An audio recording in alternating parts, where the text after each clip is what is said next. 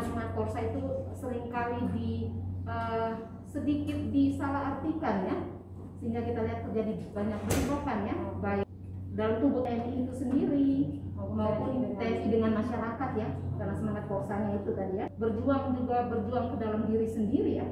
Bagaimana TNI juga mau berjuang untuk menghapus tadi saya bilang kepentingan kelompok atau kepentingan pribadi yang ada dalam tubuh TNI itu sendiri. Dan terus mungkin KKN ya, kolusi, korupsi, nepotisme yang ada di dalam tubuh TNI itu dan juga kepentingan tertentu ya. Selamat siang Tribuners, kita kembali lagi dalam Kupas Editorial Poskupas hari ini Selasa 5 Oktober 2021. Nah hari ini secara khusus kita membahas tentang hari ulang tahun TNI yang jatuh pada tanggal 5 Oktober hari ini. Ini adalah ulang tahun ke-76.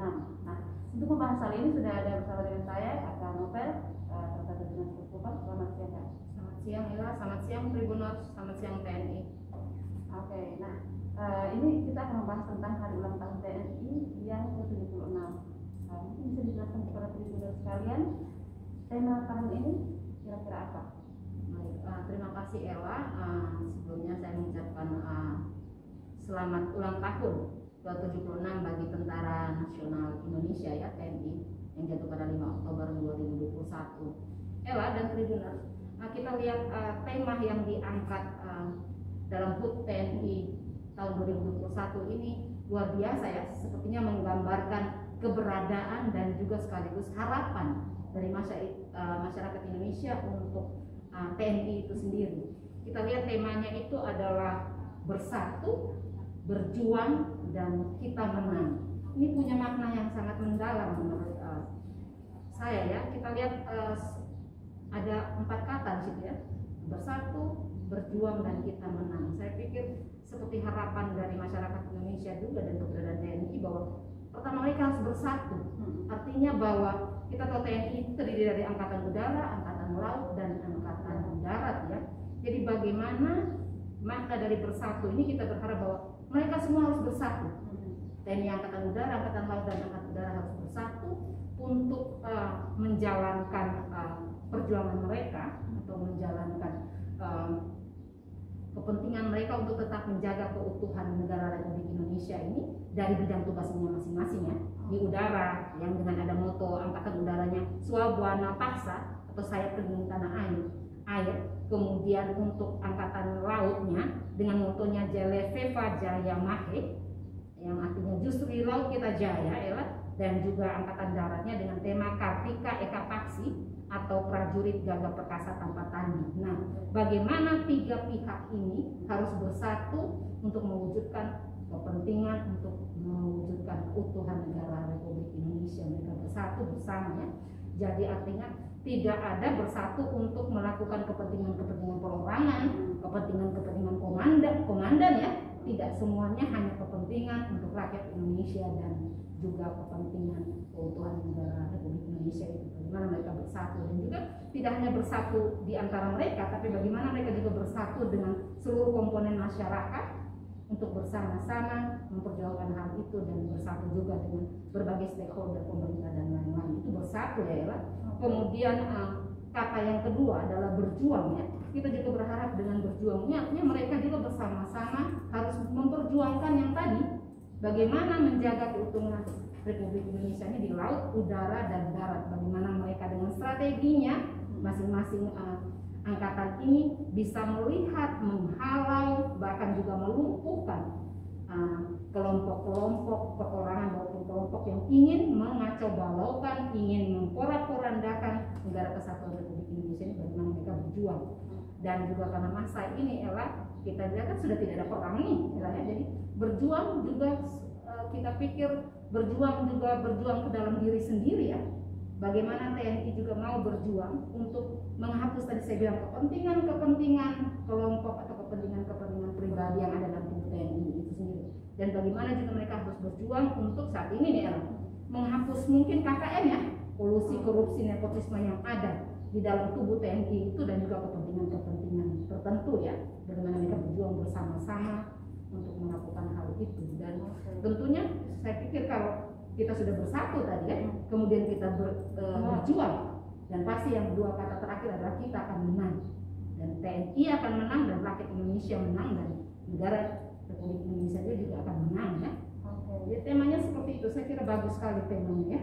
Dan ini cukup mendalam ya, karena memang TNI adalah bagian dari masyarakat dan masyarakat membutuhkan perlindungan dari TNI itu sangat membutuhkan. Nah ini perjalanan selama 76 tahun, kira-kira catatan apa nih yang perlu diperhatikan oleh TNI menurut Pak Novel?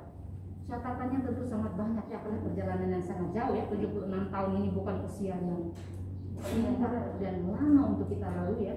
Tentunya banyak hal-hal yang belum baik yang dulu, kemudian sekarang pasti berangsur-angsur kita berharap bahwa akan ada perubahan-perubahan yang baik. Dan saya pikir kita tidak perlu omong yang 76 tahun karena mungkin Ella dan saya belum lahir ya pada 76 tahun yang lalu, tapi kita coba berbicara 10 tahun terakhir ini ya. Kita lihat catatan-catatan yang mestinya kita berharap bisa dibenahi oleh Tentara Nasional Indonesia adalah mungkin pertama tentang pendidikan ya, pendidikan bagi keprajuritan itu sendiri ya.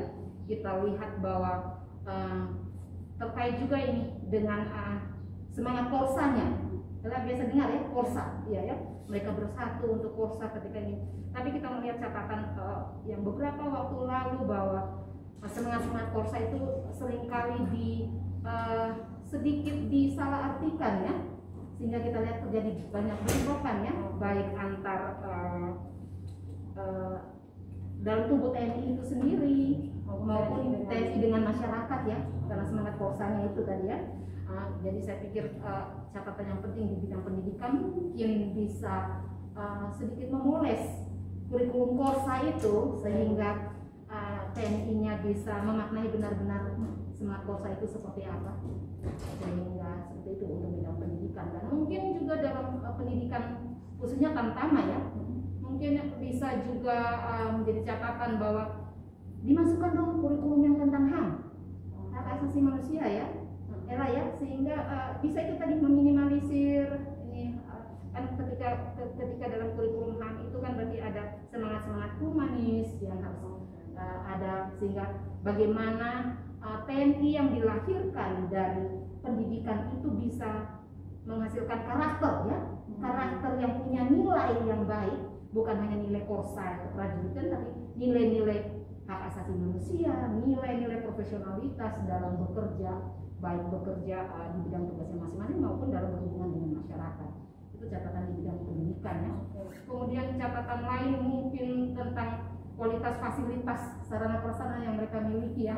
Kita juga harus tahu bahwa masih banyak nih TNI prasarana fasilitas di berbagai daerah yang masih minim ya.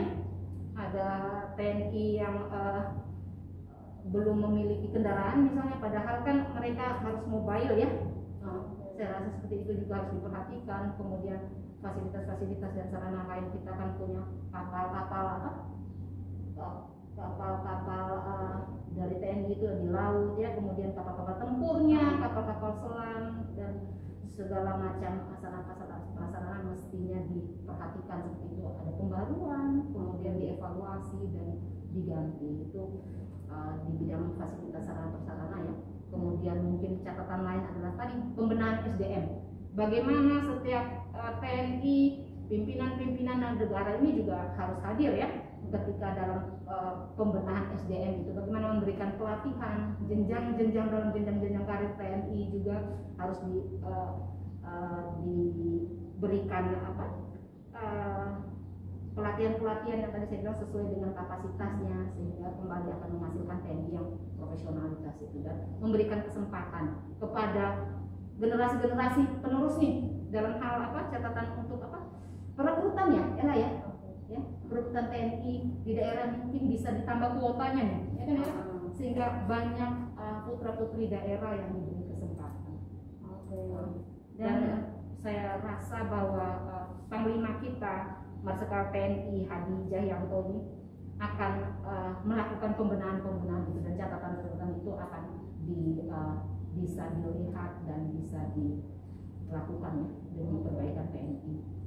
Dan saya juga sebagai orang yang tumbuh besar di daerah perbatasan sekarang sangat mengalami mengalami perbedaan ya, perbedaan dari anggota-anggota TNI yang bertugas di perbatasan. Kalau sekarang mereka sudah lebih menyatu dengan masyarakat ya. Humanis, lebih humanis. Ya. Mereka sangat akrab, dan kalau misalnya ada anak-anak muda biasanya anak muda Katolik yang di daerah perbatasan itu, mereka sering bergabung untuk melakukan kegiatan-kegiatan yang kemasyarakatan begitu ya. Ya. Jadi sudah sangat bagus sekali dibandingkan dengan tahun-tahun sebelumnya. Jadi mereka jadi lebih berbaur. Nah, apalagi pada saat sekarang ya pandemi COVID ini ya Ella ya. Ya, karena pandemi COVID ini mereka TNI ini sendiri juga turun tangan langsung di garis depan, sehingga memang ini perjuangan untuk bukan berperang melawan siapa-siapa yang sudah kelihatan ya. Ya, tetapi kita berperang melawan virus yang kita tidak lihat, dan TNI ada di sana ya. Dan mereka betul-betul membangun mekanisme yang luar biasa kemarin saya lihat. Mungkin TNI Polri dan segala macam juga bisa melakukan hal yang sama, tapi karena khusus hari ini kita bicara TNI, maka kita lebih fokus ke mereka kan Ella, bahwa mereka membangun mekanisme yang sampai babinsanya turun tangan. Di tempat saya itu Ella di Kelurahan Kayu Putih, babinsanya tuh terus melakukan pantauan, mengamati setiap ada kegiatan-kegiatan di masyarakat ini terkait pandemi ya. Mereka bahkan dibekali dengan teknologi, walaupun mungkin itu handphone masih milik sendiri ya, tapi mereka bagaimana diajar untuk tidak gagap teknologi loh.